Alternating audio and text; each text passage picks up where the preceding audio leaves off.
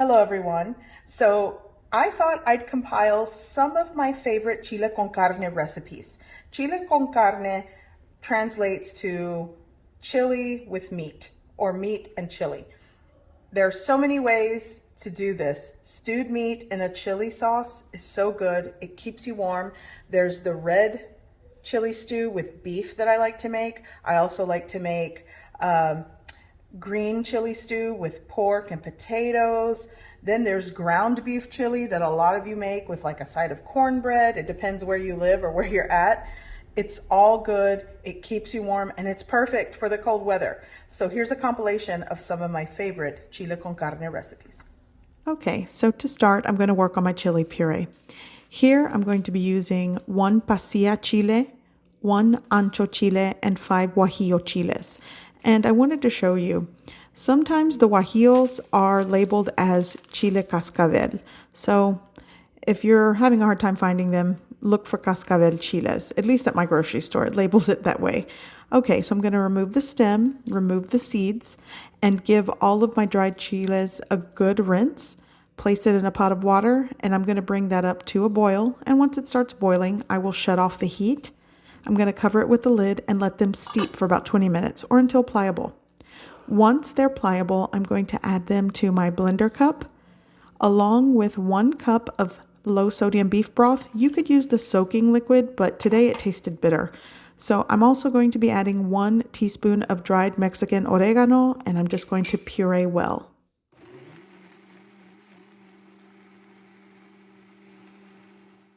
Once it's pureed well, you can set it aside, or you can also run it through a fine wire mesh strainer. But my Vitamix does a good job of pureeing, so I'm going to leave as is.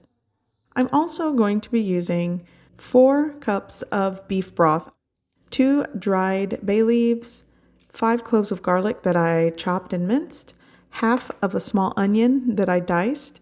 I'm also going to use a teaspoon of cumin, onion powder, and garlic powder. So here I have around 2 to 2.5 pounds of beef chuck roast that I cut into bite-sized pieces. I'm adding 1 teaspoon of salt, a 1/4 teaspoon to a 1/2 teaspoon of black pepper.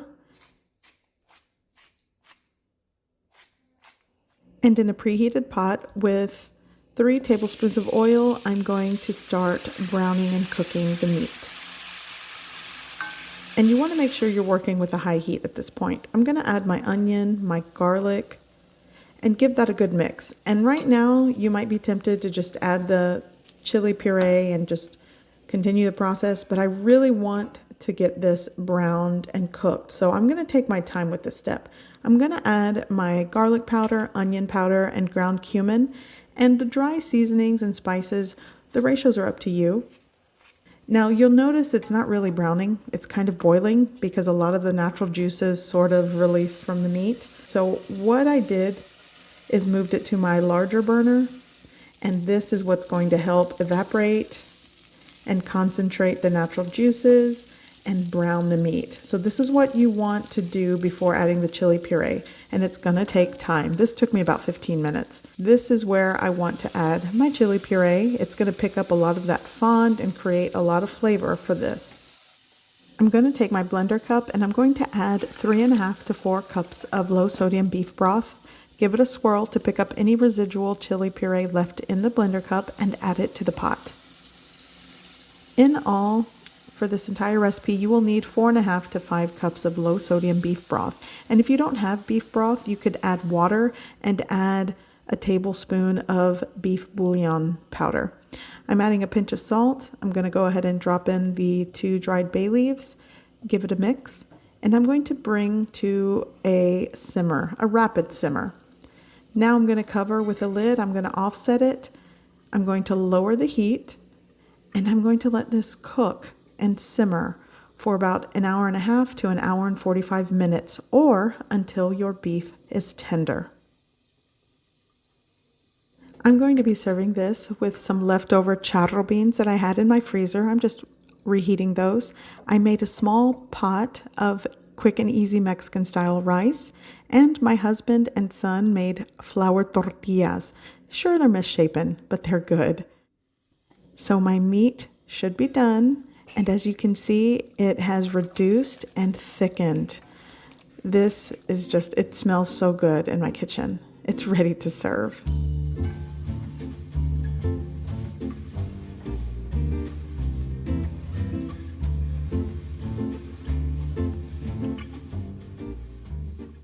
To get started, I will be using 7 hatch green chilies. These are mild. When I went to the store, they had bags of hot and they also had mild. I decided to go with mild. For those of you that can't get fresh hatch green chilies, which is me most of the year, it's only seasonal, you can definitely opt to use a 12-ounce jar or canned flame roasted green chilies if you can find it. That is another alternative when you're making this recipe. And to control the heat of the stew, I'm going to add a jalapeno as well. But if you like spicy, go for the hot ones. Okay, so here I am placing my hatch green chilies on an open flame, and I'm just going to char the skin. And after all the skin is charred, I'm going to place it in a grocery bag and just let it sweat inside the bag. You could also place them in a bowl and cover it with a lid and just let them set for 15 minutes. So I am just going to do all 7 chilies this way, turning them and charring the skin. By the way, you could also put these in a broiler, or you can just heat up a cast iron skillet or a comal and char them that way as well.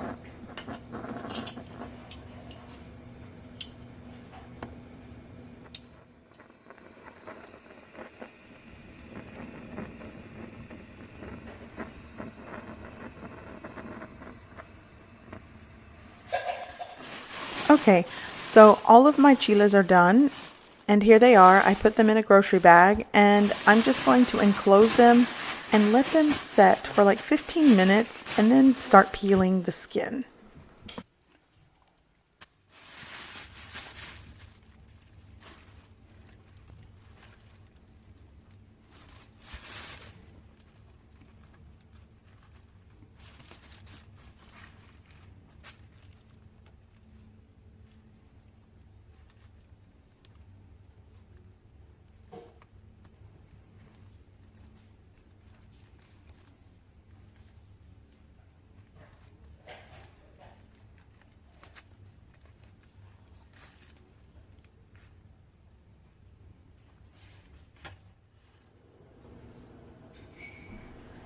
Okay, so I'm done with peeling all the skins off of the chiles. So now what I'm going to do is give them a rough chop, and I'm also going to go on to other ingredients. Here, I'm just going to roughly chop a jalapeno.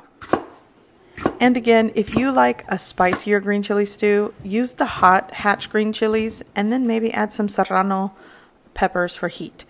So I'm basically going to make a salsa. Now, if you are doing more of an authentic New Mexico style green chili stew, which is sort of what I'm going for, you probably just want to give all your ingredients a rough chop and stew it together, not necessarily blend it and make a salsa out of it. But I'm going to also add a half of a medium-sized onion, roughly chopped, that's going into the blender with the green chilies. I'm going to add the roughly chopped jalapeno. Again, you want spice, go for serrano peppers. I'm also going to be adding 4 cloves of fresh garlic minced.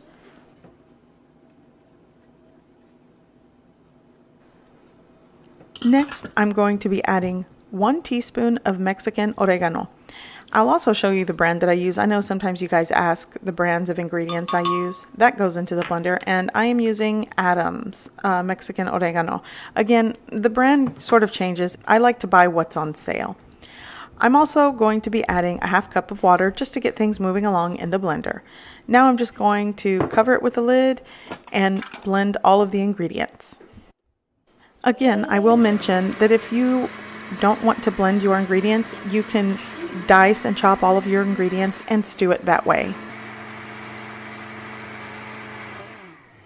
Okay, after blending all of those ingredients, I ended up with around 3 cups of this green chili salsa, I guess I could call it. Okay, I'm also going to be using 2.5 to 3 pounds of pork shoulder. I've just cubed it all. I will also be adding 4 cups of chicken broth. I basically had 4 cups of hot water, and per cup I added 1 teaspoon of powdered chicken bouillon base. Next, I will be using 4 ounces of crushed tomato. You could also use 3 to 4 Roma tomatoes and dice them. Again, dice all ingredients and stew. Here I have 2 teaspoons of garlic powder, 2 teaspoons of ground cumin, and 2 teaspoons of onion powder, 3 gold potatoes. You could use russet or use what you have. I had gold potatoes, and these are medium-sized potatoes. I will be dicing them just like this. These are a larger dice. I kind of made them a bit chunky. So now I'm going to start browning all of my pork meat.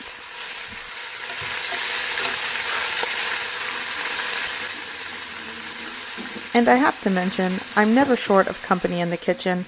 I always have a little one that likes to look on as I cook.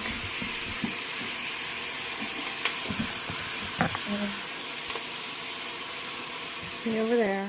In the meantime, I'm going to add my dry seasonings of garlic powder, ground cumin, and onion powder, and just continuing to brown the meat and stir everything together.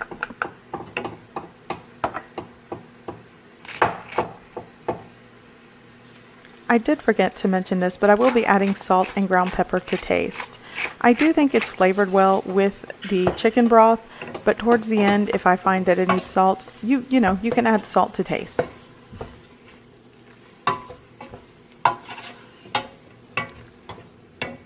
Now I am going to add my potatoes, and I am going to continue sauteing and cooking everything together, probably for another 5 to 10 minutes.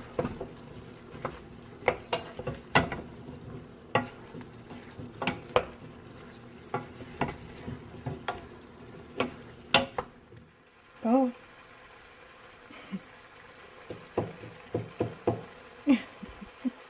Okay, so now I'm adding the rest of my ingredients. Here I'm adding everything that was in the blender, and to make sure I get all of that hatch green chili goodness, I'm going to add some chicken broth and swirl it around the blender to make sure it all comes out.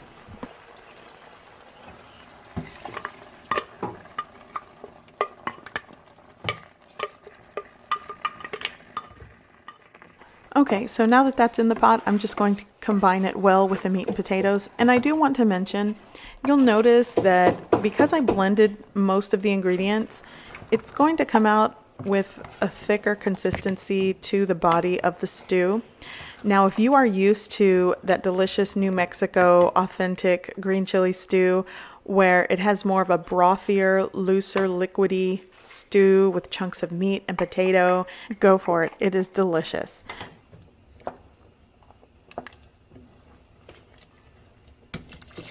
Okay, so now I'm adding the chicken broth, and I'm going to combine everything well, and at this point I am just going to wait for the stew to come up to a low medium simmer, and then I'm going to cover it with a lid and cook it. Okay, so now my stew is up to a rolling simmer. I'm going to cover it with a lid, lower the heat, and cook for 45 minutes, or until the potatoes and pork meat are soft and tender. Okay, it has been cooking and stewing for 45 minutes, and as you can see, the fat has floated to the surface, and I'm just going to skim it out before serving. But at this point, my stew is done. Now, to serve alongside the stew, I made a batch of delicious homemade soft flour tortillas. Now, I've redone my original video if you haven't seen that already. And I'm going to put the link to the new video that sort of goes into depth detail of how I'm making my flour tortillas and try to answer some of the questions that some of you had in the original video, maybe to help you guys out. So I can't wait to taste this green chili stew. And here I'm just testing the potato. It cut in half, so it's done. I'm going to serve a delicious bowl, again, alongside delicious homemade flour tortillas, and have dinner.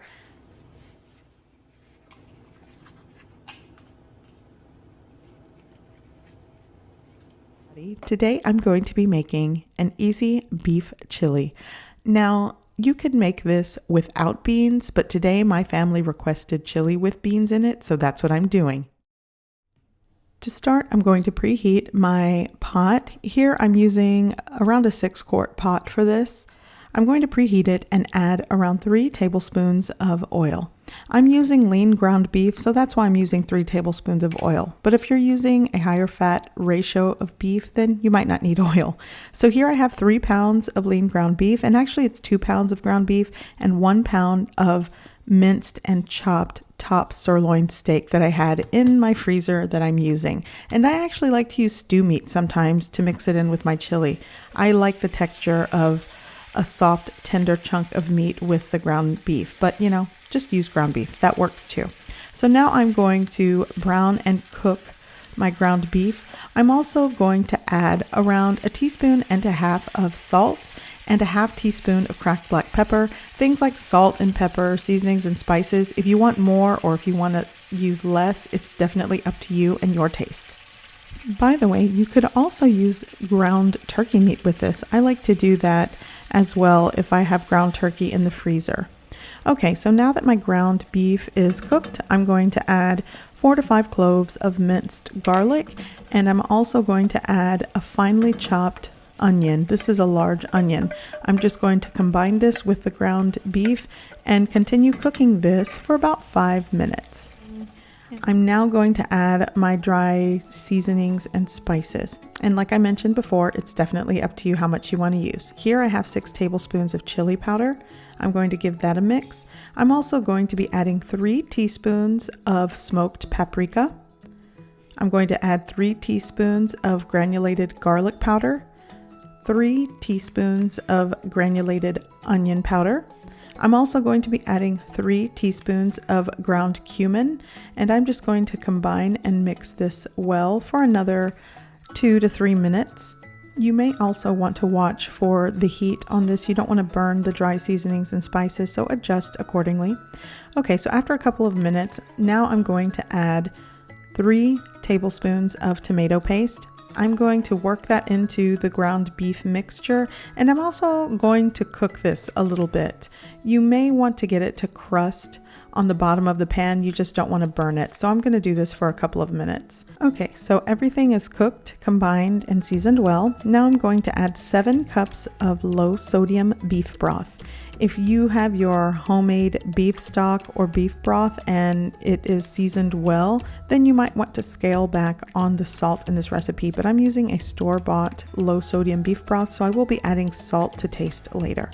So I gave that a mix, and now I'm going to add 1 chipotle pepper in adobo sauce. Basically, I've finely chopped a chipotle pepper and I added 2 tablespoons of the adobo sauce that came in the can.